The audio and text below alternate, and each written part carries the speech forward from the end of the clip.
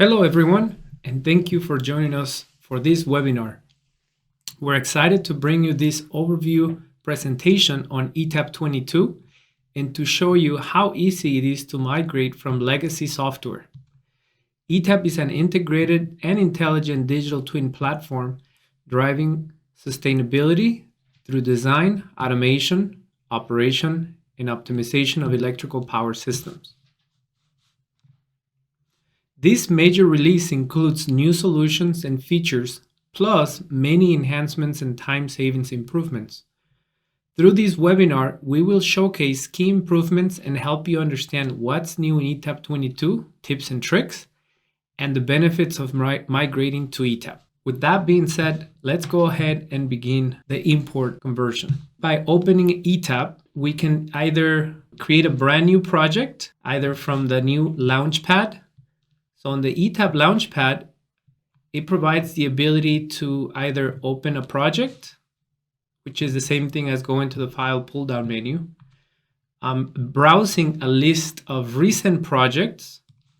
Also, you have the ability to do tutorials and examples. This is actually a great tool for when you do a quick tutorial. You select the type of industry from industrial, mission critical, distribution, generation, renewable, transportation, transmission. And you'll notice that you are able to launch the project from the Launchpad, but also you can access a demo video and documentation for that particular exercise. So this is a great training tool to perform tutorial in your industry, as well as a way to test to make sure ETAP has been properly installed on your computer. As you could see, there's examples on not just the industry that you're on, but also ANSI and IEC. However, for this particular exercise, we're going to create a brand new project. So I click on brand new project. I'm going to call this import model. And I'm going to select English 60 Hertz. The reason for that is because the model that I'm trying to import is in 60 Hertz ANSI. However, for those of you who may be importing 50 Hertz or IEC type models, you could select metric. From here, we're going to click OK. And then we're going to click OK on the next window that's showing us the username creating this model. Here, we're going to click OK, because we're going to access with full project manage and editor rights. And then we will be given a blank single line diagram where we can then freely import our model. So we're going to begin by importing an SKM to ETAP model, but the same would hold true for doing EC Power to ETAP or any other of the supported software. As you could see, we have a blank single line diagram. We also have, we are currently on edit mode, and then you'll notice that the element toolbar on the right-hand side has been organized and enhanced in a different way. And after we go over the import conversion, we're gonna come back and talk about some of these new enhancements and improvements. So to begin the import, now that we have created a brand new ANSI or 60 Hertz database, we're going to head over to the Data Exchange pull-down menu, and then we're going to go and import from SKM. Again, the same steps would also be valid if you were trying to import from EC Power. For importing from SKM, you are able to select which database version from 6.0 all the way to version 10. In this particular exercise, we have a model that is in PTW32 version 7. This is the main interface window.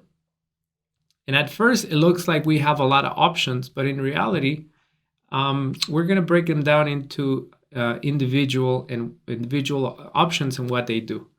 So starting from top to bottom, we're going to browse for the file.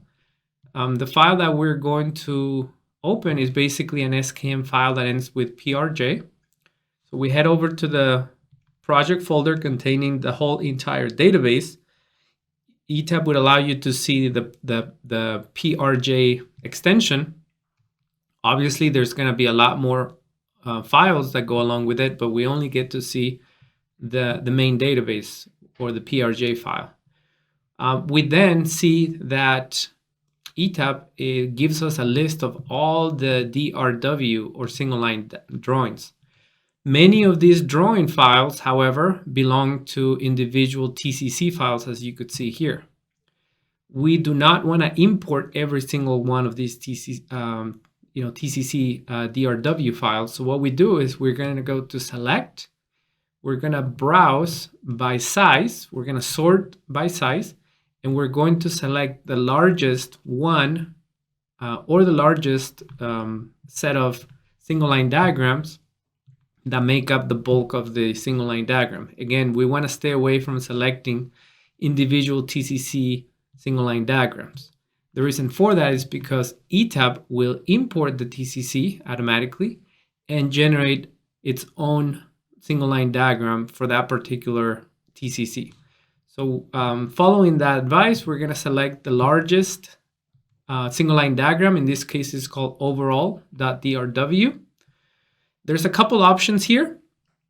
The ones that we're going to use is number 2, which is place each drawing in a composite network.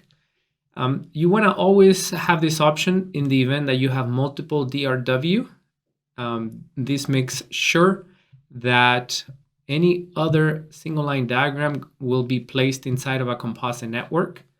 Also very important, we want to make sure that we convert any TCCs that were created in Capture into the star. And finally, option number 1 will say disregard the listed drawing files and use ETAP auto layout program.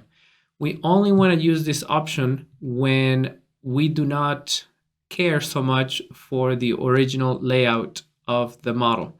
However, because we want to retain the original single line diagram layout from the source, we uncheck this, and that way when we click import project, the original layout will be imported.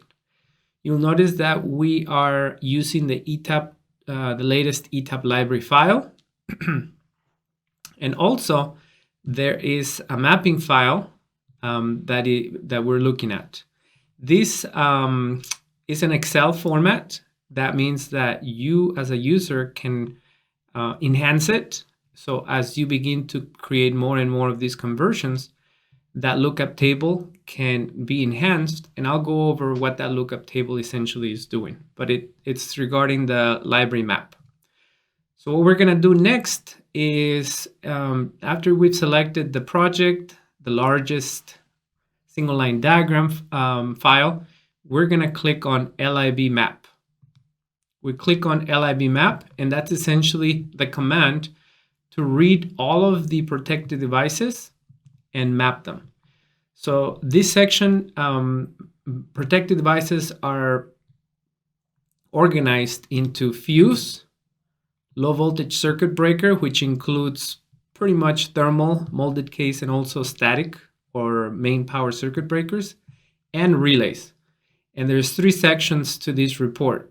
Number 1, the fully mapped elements. Number 2, partially mapped elements. Number 3, not mapped elements.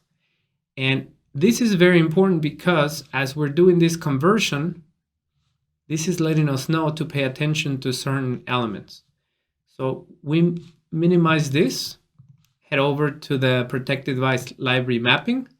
And as you could see here, anything that has a moon half field, it's already mapped, but it just requires your attention. It just basically means the program may not have found 100% the element, so it's asking you just to validate. So this is a great way to also validate, right, any protected devices. As you may be doing an arc flash analysis, take this as an opportunity to make sure all the protected devices are accurate. In this case, the data that is on top is coming directly from the SKM model, And what the element that we have highlighted is, you could see the component ID, the manufacturer, the type, the description, voltage, frame, model, amp rating, interrupting rating, and also TCC notes. So on the bottom, we have the equivalent ETAP data. And we just want to make sure that, for example, on this particular SNC fuse, we have selected SNC, correct? The model is in fact SM-5, yes. The max KV may not match 100%. In this case, the SKM model said 4.8 kV. ETAP's library is 4.76, and the speed is standard. And then finally, we just want to make sure we select the right amp rating, which is 150. And one quick way to validate everything is you'll notice there are notes, TCC numbers. So in this case is 153-4 for the melting, and for the clearing curve is 153-4-2. So this particular device passes, we save this data, and then we move on to that element that was not mapped. You notice that the moon is empty. For this particular case, this is very common to see the SNC positron.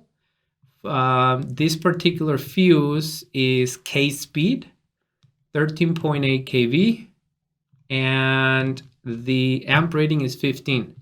So the equivalent ETAP, or in the industry, right, this would be an SNC universal, because under universal you have the various positron speeds. So for the voltage, there's only one available, which is 27 kV, and that's fine because that covers the 13.8. And you'll notice that we have all of the different positron speeds right here. So we're going to select the K speed and make sure that we have the size 15 for this. There it is. Again, you can verify the TCC number, right? 165-6, 165-6-2. So we know that's accurate. Again, click on save. And this is a small project, but you may have a list of fuses that you need to verify, as I've done right here. So again, take the time here to verify. We're now going to move over to the low voltage circuit breaker. In this case, we have a GE. This particular GE, it's a static trip or a main power circuit breaker. You notice that ETAP has automatically selected the correct the equivalent. In this case, it's a General Electric. The trip unit, very important, it's a RMS-9. It has correctly selected the right plug, 400.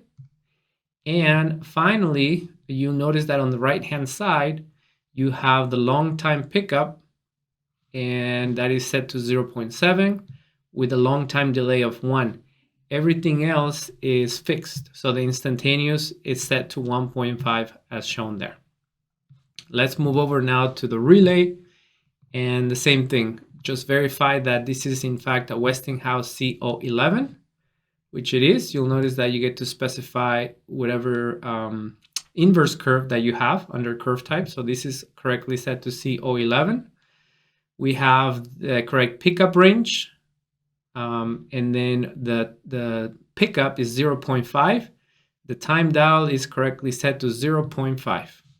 And for the instantaneous, we have that selected as well.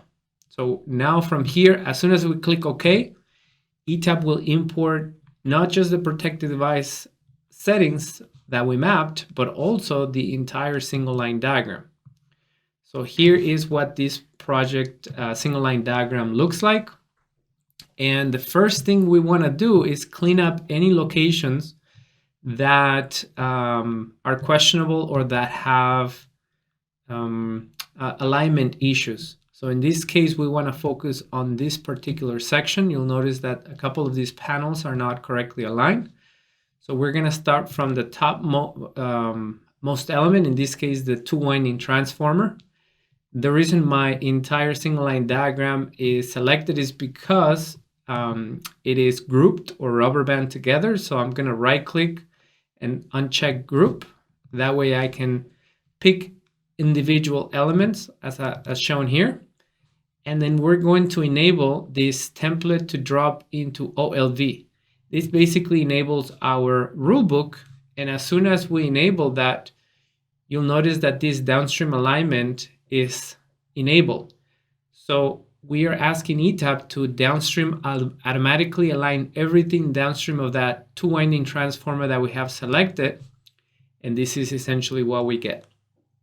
So as you could see, you could quickly clean up a single line diagram that otherwise would take you a very, very long time to clean up. So this is starting to make really good sense.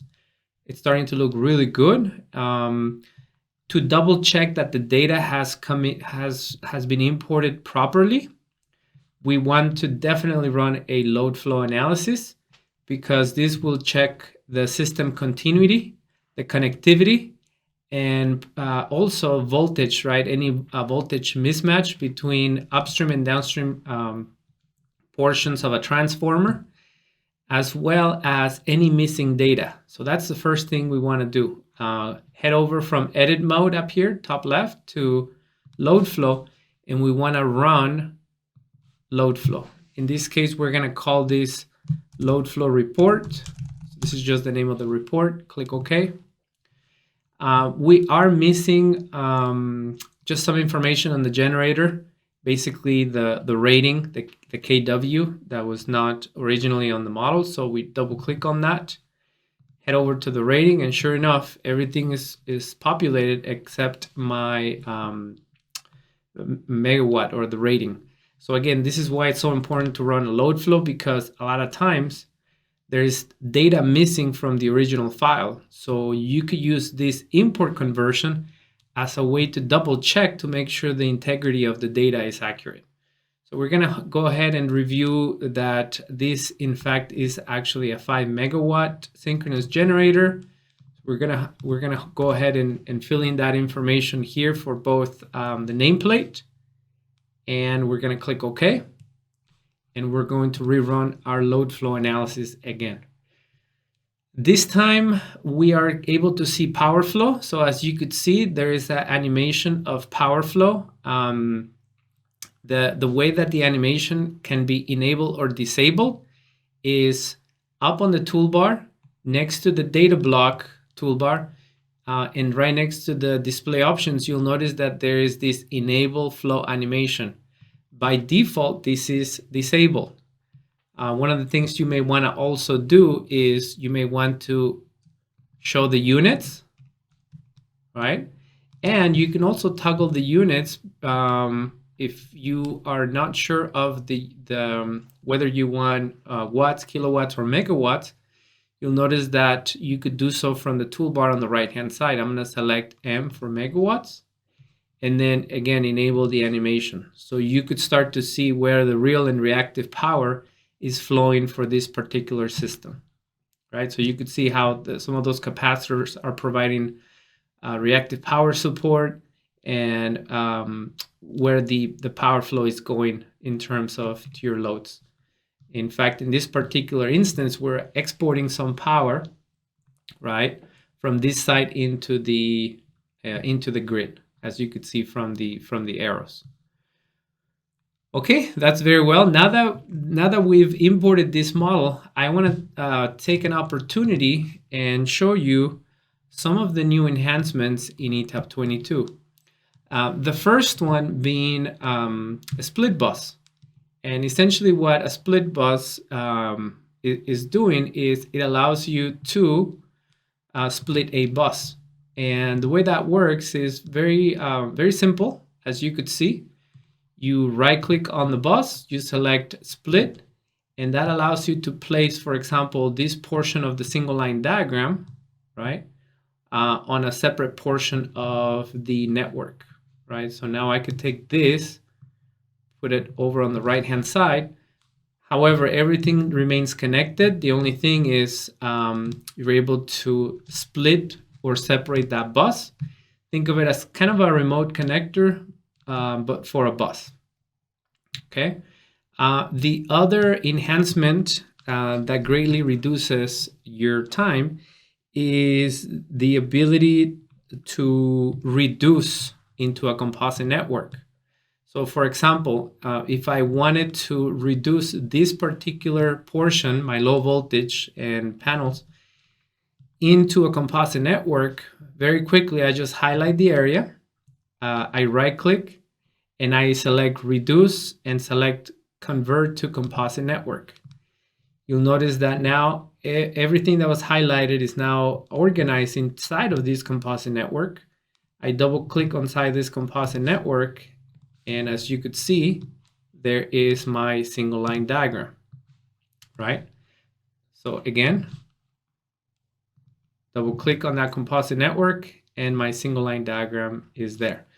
If you want to now extract the contents, right, it would be the same thing. You highlight the composite network and then you expand, and that will allow you to bring back the single line diagram. We talked about the ETAP application, new look and feel. Let's talk about the new equipment toolbox, list of icon view and equipment search bar, and the enhanced equipment editors. So as you could see, you may find that the interface looks a little bit different, mainly because on edit mode, we have now enhanced the number of elements. So for example, on transformers, you'll see that there is a Scott T, there is a voltage regulator, there's an open delta transformer, and it's now nested inside of these locations. There's a location for transformer, for AC equipment, for DC equipment, and of course the instrumentation, where you can pick and choose the different relays, CTs, current transformers, PT, potential transformers, so you could create the protection schemes on your single line diagram.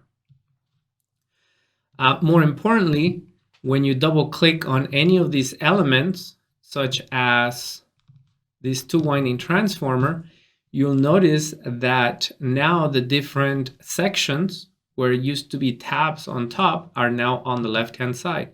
So if I want to look at my rating or nameplate information, I simply select rating section, and that brings up the information that all of us are familiar. Same thing with impedance, same thing with tab, the connection to grounding. So everything is just now on the left-hand side.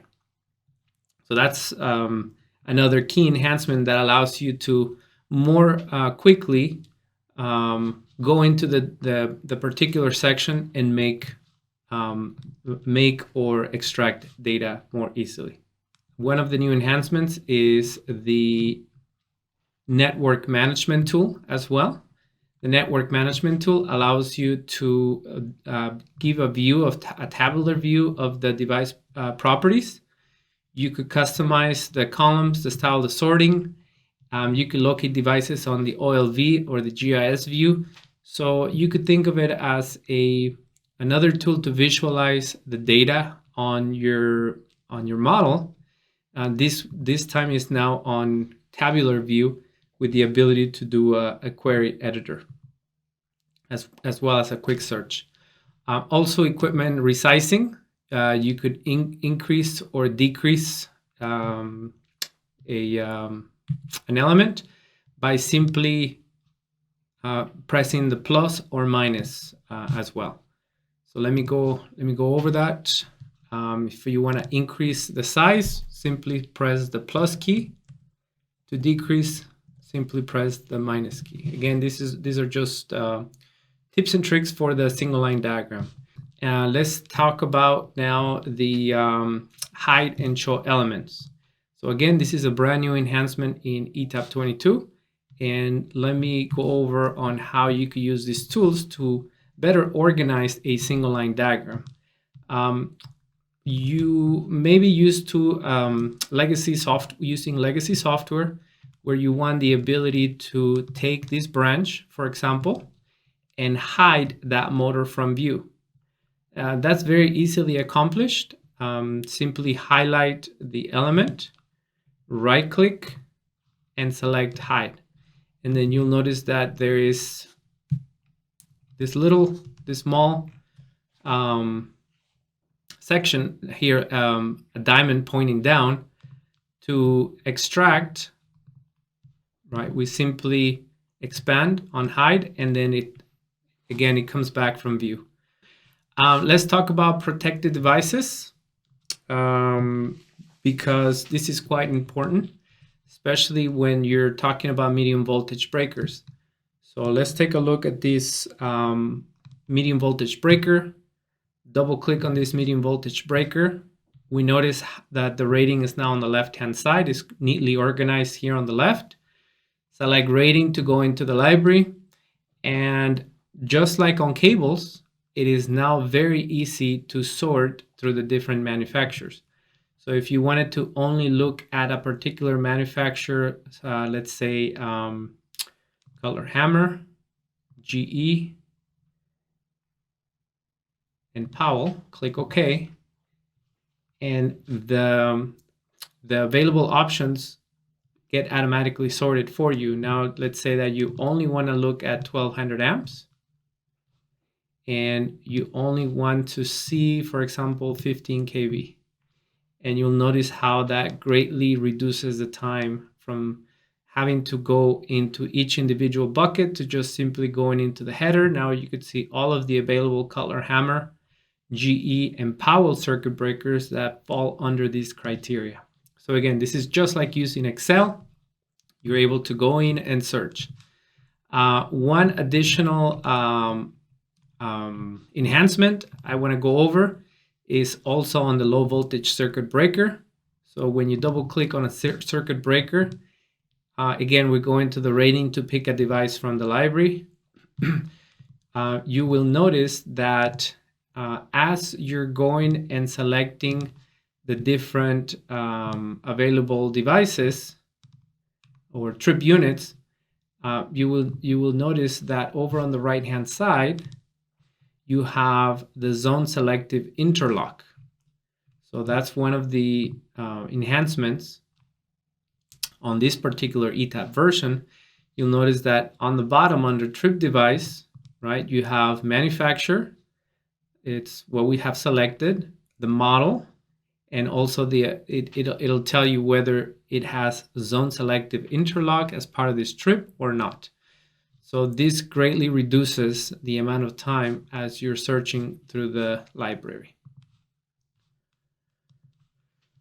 Okay, and so just to recap, we had a chance to go over the newly enhanced medium voltage circuit breaker. This also includes generator breakers, both IEC and IEEE. For low voltage, there's expanded short circuit rating, but more importantly, the display of zone selective interlock is there. For engineering libraries, over 8,500, especially on renewable, for those of you who are doing renewable projects, the ability to pick and choose lithium-ion batteries, and also from hundreds of PV or solar panel manufacturers as well.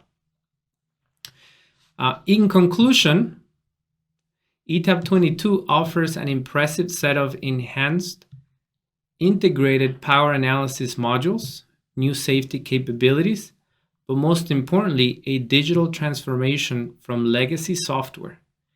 ETAP 22 has advanced renewable energy modeling and simulation tools, leading-edge co-simulation technology, and model-driven real-time network management systems to take you from the design phase all the way to operation. Thank you all for your time today, and we look forward to helping you migrate your model into ETAP.